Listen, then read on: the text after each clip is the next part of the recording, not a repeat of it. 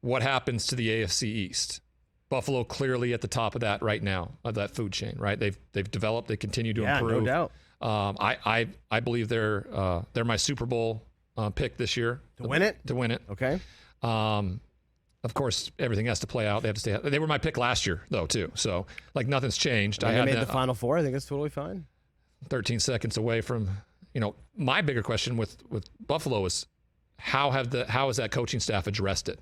Because they got the rule changed. That's how they addressed it. You fully understand one thing, though, in this is that they, in the face of all of the stress and pressure and everything, they faltered. And they really haven't taken too much accountability for it. Now, maybe they have in the rooms with their players, but that's something that had to be addressed. Because what happens now when that type of... They proved that in the most stressful, pressure-filled situation, they choked because they could have done so many different things with those 13 seconds. Right. And they would have, what would you do in that moment?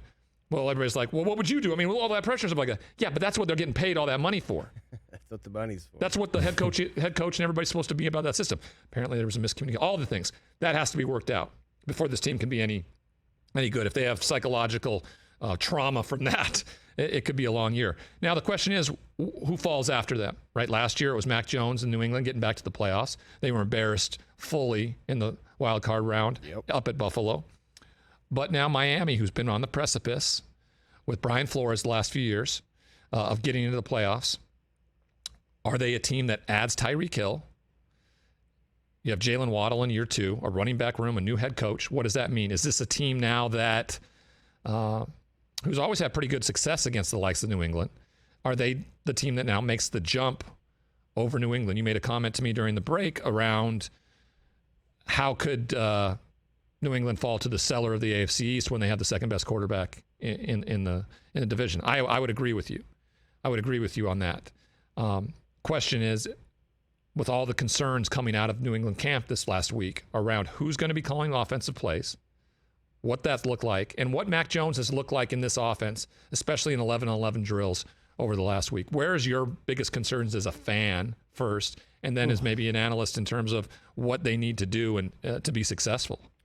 Well, as a fan, I'm ready to fire everybody. Right. You know what I mean? It's just a fan's kind of knee-jerk reaction. You're seeing the tweets from Tom Curran and Mike Reese and these guys who cover the team that Mac Jones is on his butt it would be on his butt every single play. They can't block anyone. We're dropping passes. The routes aren't crisp. It's like it seems like it's the worst-case scenario, and it's a disaster. And I guess that's going to come, and it should be expected here in the first week of August when you have new coaches in place. You lose one of the best offensive coordinators in the NFL, Josh McDaniels, who's now a head coach in Las Vegas, as we talked about.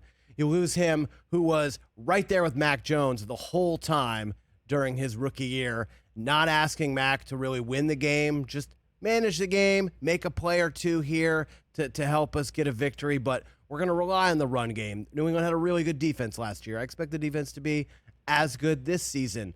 But as a fan, it's just super frustrating because, like, you see Mac Jones, he was the best rookie in the rookie class, quarterback in the rookie class last year.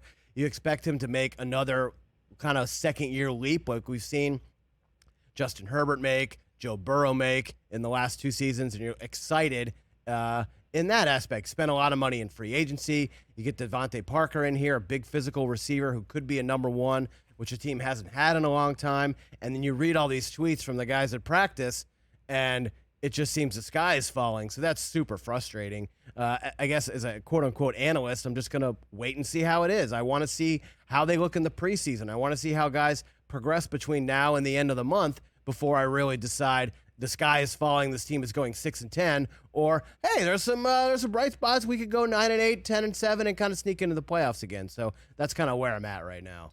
Yeah, I haven't been buoyed by what we've been hearing. I'm still a huge Bill Belichick fan, and I believe that with his influence and how he's gone about his business, he's going to find a way to field the team and make them competitive, especially in this division. So we'll see. We'll see where Chris Brockman is in let's say week 3, week 4, when everything's... I'm sure I'll be rational about all of it. Very rational. Very rational.